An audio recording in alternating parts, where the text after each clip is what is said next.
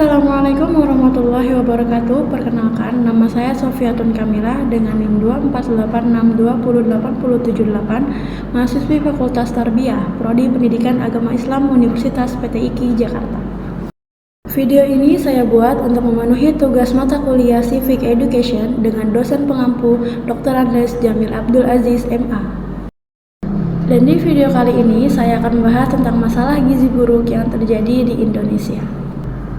Saat ini, gizi buruk di Indonesia masih menjadi persoalan besar yang mempengaruhi kesehatan masyarakat terkhusus anak-anak.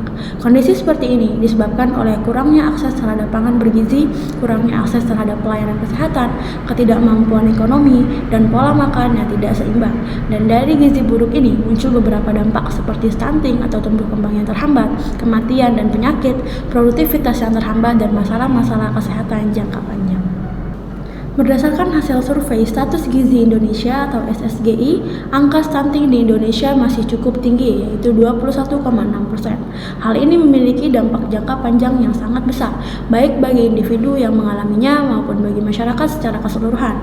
Dan dari sini kita bisa mengambil contoh dari kasus yang sampai saat ini belum menemukan titik terang, yaitu tentang gizi buruk yang dialami oleh masyarakat pedalaman Papua, tepatnya di Kabupaten Asmat, Papua Selatan. Dalam laporan resmi pemerintah Indonesia, tercatat 37 orang, utamanya anak-anak di Kabupaten Asmat yang meninggal akibat wabah campak dan gizi buruk. Dan jumlah terbesar di Kabupaten Asmat yang sampai Januari 2018 lalu telah tercatat 71 orang meninggal dunia. Kasus gizi buruk ini dilatari oleh pola hidup bersih di masyarakat tersebut yang tergolong masih rendah. Rantai penyebab penyakit pada 2018 lalu memang kompleks, dan kondisi itu masih terasa sampai saat ini. Contohnya, masyarakat adat hidup dengan sanitasi terbatas, dan kondisi ini membuat sebagian besar masyarakat di kampung-kampung di Kabupaten Asmat meminum air langsung dari rawa tanpa dimasak. Kondisi geografis yang sulit juga membuat akses dan distribusi makanan bergizi seperti sayur, buah, dan protein hewani menjadi terbatas dan sangat mahal. Akses ke pedalaman Asmat juga sulit dijangkau karena dipenuhi rawa-rawa dan dikelilingi oleh sungai. Angka stunting di Kabupaten Asmat di tahun 2024 mencapai 26,4% dari 4.085 jumlah balita yang diukur. Sebanyak 1.080 diantaranya mengalami stunting.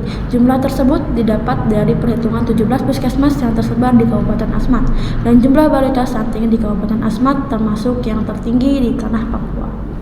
Selain dari kurangnya akses pangan bergizi dan krisis air bersih, masih banyak permasalahan-permasalahan lainnya yang menjadi faktor penyebab dari gizi buruk dan stunting di Kabupaten Asmat. Salah satunya adalah masalah layanan kesehatan di daerah tersebut.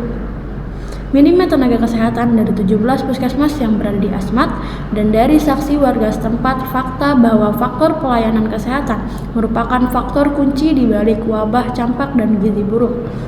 Hal ini dibuktikan dengan kurangnya tenaga kesehatan yang hadir atau absen praktek di layanan kesehatan daerah setempat. Banyak dari orang tua yang kehilangan anaknya akibat masalah gizi buruk, dan kesulitan mengakses layanan kesehatan menjadi salah satu faktornya. Dikarenakan kondisi lingkungan yang kebanyakan dipenuhi oleh rawa-rawa dan sungai, aspek ekonomi juga menjadi pengaruh terhadap kesehatan masyarakat setempat.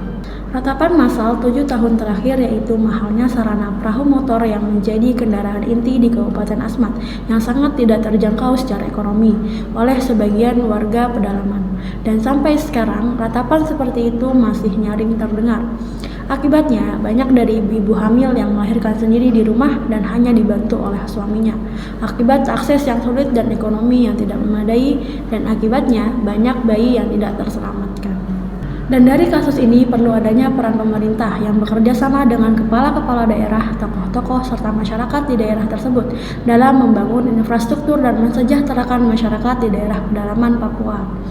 Karena mereka masih jadi bagian dari rakyat Indonesia yang harus diperhatikan secara adil walaupun di pedalaman. Perlu adanya kebijakan pemerintah dalam pemberian bantuan seperti pangan, sarana prasarana yang memadai, atau relawan-relawan yang bisa membantu mengedukasi serta membantu mesejahterakan masyarakat pedalaman Papua.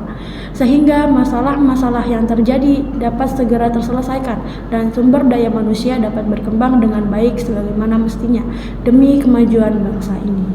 Mungkin sekian pembahasan dari saya. Bila ada salah kata mohon dimaafkan karena yang baik datangnya dari Allah dan yang buruk datangnya dari saya sendiri.